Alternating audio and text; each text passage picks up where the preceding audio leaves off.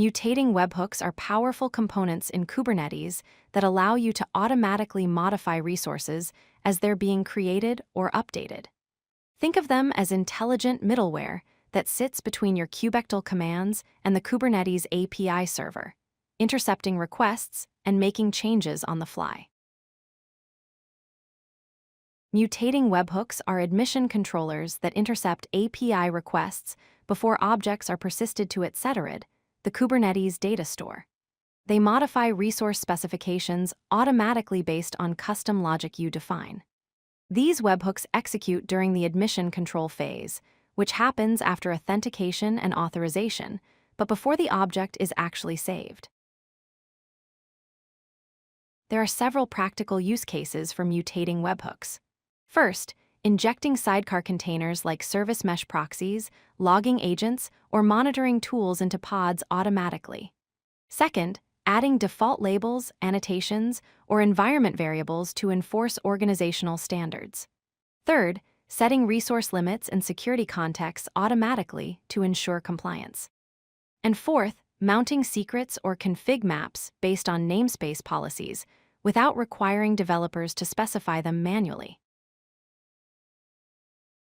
To register a mutating webhook, you create a Mutating Webhook Configuration resource.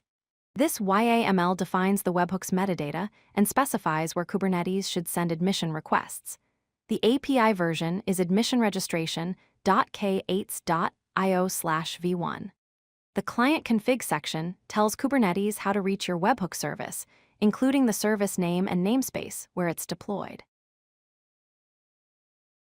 The rules section defines which resources trigger your webhook. In this example, the webhook fires on create and update operations for pods in the core API group version 1. The admission review versions field specifies which version of the admission review object format to use. The side effects field indicates whether the webhook has side effects, and failure policy determines what happens if the webhook is unreachable.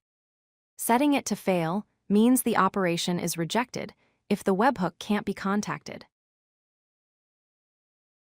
Your webhook server receives an admission review object containing the resource being created or modified.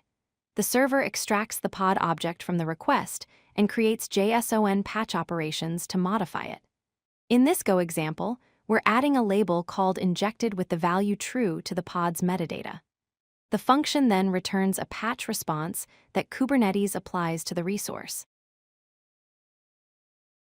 Mutating webhooks use JSON patch operations to modify resources.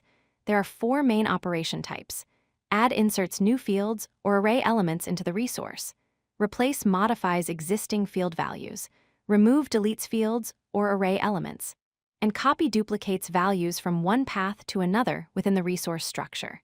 These operations give you precise control over how resources are modified. When implementing mutating webhooks, follow these best practices. Keep your mutation logic lightweight and fast to avoid timeouts, as admission requests have strict time limits. Always use TLS certificates for secure communication between Kubernetes and your webhook server. Set appropriate failure policies and namespace selectors to control when and where your webhook applies. And test thoroughly with dry run mode before deploying to production to avoid breaking cluster operations. If you like this video, hit that like button and don't forget to subscribe. Visit codelucky.com for more such useful content.